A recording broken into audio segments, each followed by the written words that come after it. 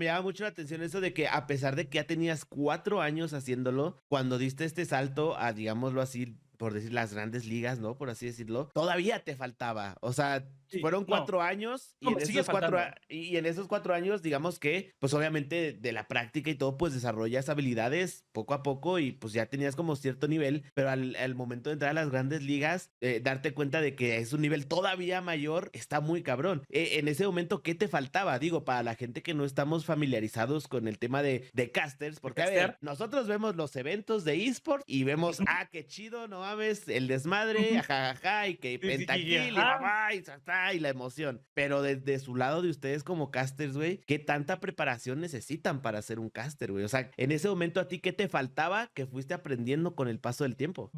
O sea, ¿qué preparación necesitas? Mi particular punto de vista, mucha. Claro. Hay personas que se preparan más o menos para ir a una transmisión. Eso ya depende de cada uno, ¿no? Digo, hay personas que confían en su cerebro, ¿no? Y dicen, no, pues yo te puedo sacar el dato de que en aquella partida en la que estos dos equipos jugaron en hace 3 años pasó esto y esto y esto. Y dices, bueno, va. Y otras personas, pues al final que lo anotan, tienen sus apuntes, tienen sus anotes para obviamente poder llegar a este tema de conversación si llega a suceder este enfrentamiento. ¿Y qué es lo que me faltaba? Justamente eso, planeación. O Ok. sea, no, o sea, conocía a los jugadores porque conocía el medio y estaba mucho tiempo en el ámbito competitivo, pero no sabía cuántas veces se habían enfrentado, no sabía si habían tenido por ahí tal vez algún mapa ganado o perdido de alguno de los dos lados, o sea, la preparación toda antes para poder expresarla o comunicarla en la transmisión no la tenía. Ok. Ahora, mi lenguaje era bastante limitado, o sea, de eso Ok. que te la pasas, pero bueno, está bien, y esto, tenía muchas muletillas también. Hay personas que tenemos muletillas normalmente y es una cosa curiosa. Digo, intento normalmente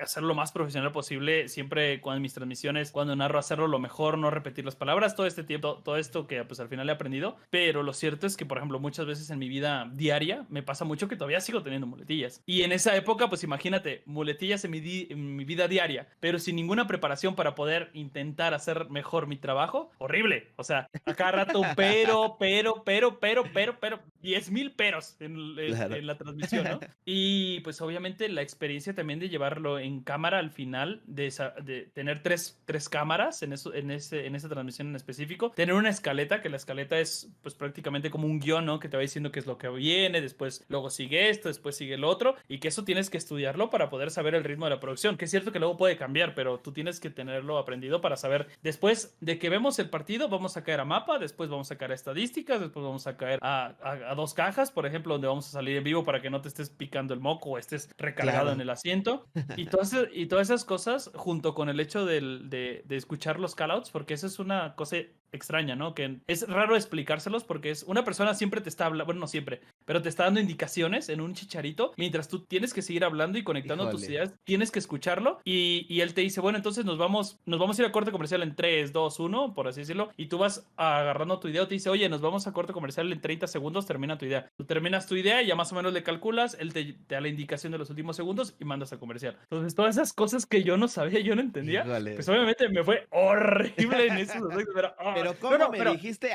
horrible. No, me quedé callado en más de una ocasión. O Ok. sea, escúchame, me quedé callado. O sea, de que.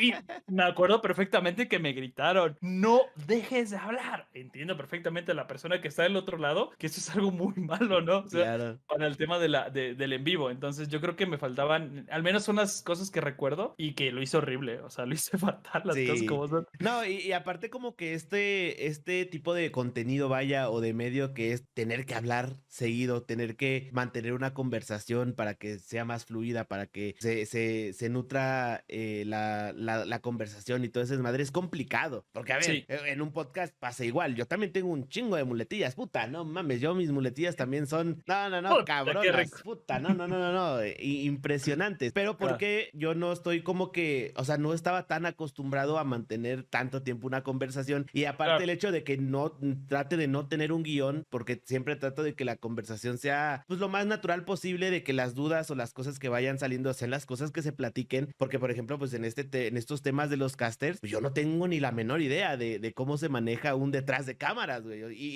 y mucha gente en la audiencia tampoco ha de tener idea cómo se maneja este pedo. Y para mejorar como que este tema de dicción y todo esto que mencionas, ¿cómo le hacen? O sea, ¿qué tipos de ejercicio hacen? ¿Qué tipo Práctica. de cosas? Es pura práctica. O sea, ¿cómo eliminas tú una muletilla, por ejemplo? Uf, primero, si puedes, obviamente, intentar buscar sinónimos, antónimos y todas esas cosas, te ayuda, ¿no? Porque tienes una idea, bueno, tienes palabras, un vocabulario más amplio siempre es bueno, ¿no? Para poder expresar tus palabras. Y en el caso de las muletillas y todo eso, al menos como yo lo trabajé, práctica, práctica, práctica, práctica, práctica. Y lo que hacíamos mucho en esa época era que, por ejemplo, terminaba la transmisión y después yo me la chutaba. Ok. La veía y decía, ok, aquí te equivocaste, aquí repetiste esto, tu muletilla hoy fue pero, lo dijiste 30 veces, ay, Di Carrera, no, eres pendejo, ¿no? Y luego estaba haciendo una estructura de una idea y no la desarrollé bien, no desarrollaste una idea, practicar en el desarrollo de tus ideas y poderlas concluir de mejor manera. Y luego en un análisis de una jugada, la dejaste a la mitad del análisis, por lo cual pues este análisis pues es una tontería, fue inválido porque nunca le explicaste nada a nadie, ¿no? Entonces, pues no teníamos maestros, no es como que pueda, en esa época también, o sea, no es como que Ajá. iba a YouTube y decía cómo castear. Claro. No, pues, Era complicado, ¿no? O sea, y te digo, y mis maestros, por así decirlo, en esos momentos, fue Raitone, que me ayudó un poco, Petrucci, que con él le estudié como no tienes una idea, porque cuando entramos a TV Azteca fue cuando estuvimos tryhardeando muchísimo más en nuestro, ok. en cómo, en decir, ya estamos aquí, o sea, ya estamos en la más grande liga, cabrón, hay que echarle ganas, ¿no? Hay que ser unos güeyes bien preparados, bien cabrones, bien capaces, y ahí estudiamos muchísimo y tryhardeamos muchísimo, entonces yo creo que todo esto es mera práctica.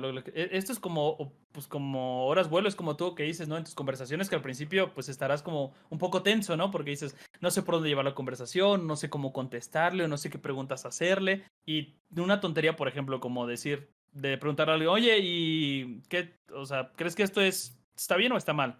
Y él te diga, pues mal. Ah, pues bien. En vez de Ah, hacer güey. este tipo de Ah, ok. preguntas abiertas de qué Sí. es lo que piensas tú respecto a esta situación que sucedió. O sea, ¿y eso cómo lo haces? Con la experiencia y con la práctica. Entonces yo creo que al menos para nuestro caso y al menos para el mío en particular fue eso. Mucha práctica, pues te digo, me eché como 4 o 5 años amateur y ya después, desde que entendí que quería hacer esto, pues también dije, ahí, hay que dedicarle a las cosas. O sea, está chingón, es tu hobby que de repente te puede dar dinero para vivir, pero no por eso quiere decir que no le debas dedicar el profesionalismo y la dedicación que se le tiene como a cualquier otra profesión. Así que a chingarle, papá, o sea, a chingarle, a mejorar todos tus puntos débiles. Y por eso te digo, o sea, todavía me atrevo a decir que pues, sigo aprendiendo porque creo que vamos en constante aprendimiento. Me encantaría tener un ego así cabroncísimo y decirte, no, yo soy una pinche chingonería y todos me la Todos me pelan, la ¿no? pelan, sí, 100%. Pero yo admiro muchísimo, por ejemplo, está Skyshock, está Romeo, está Alan, que para mí son mucho mejores caster que yo. O sea, entiendo que hay gente que les pueda gustar o no su estilo, les pueda gustar o no cómo transmiten sus ideas, pero para mí, o sea, en lo general, y como tryhard que soy de este pedo y de nuestra profesión,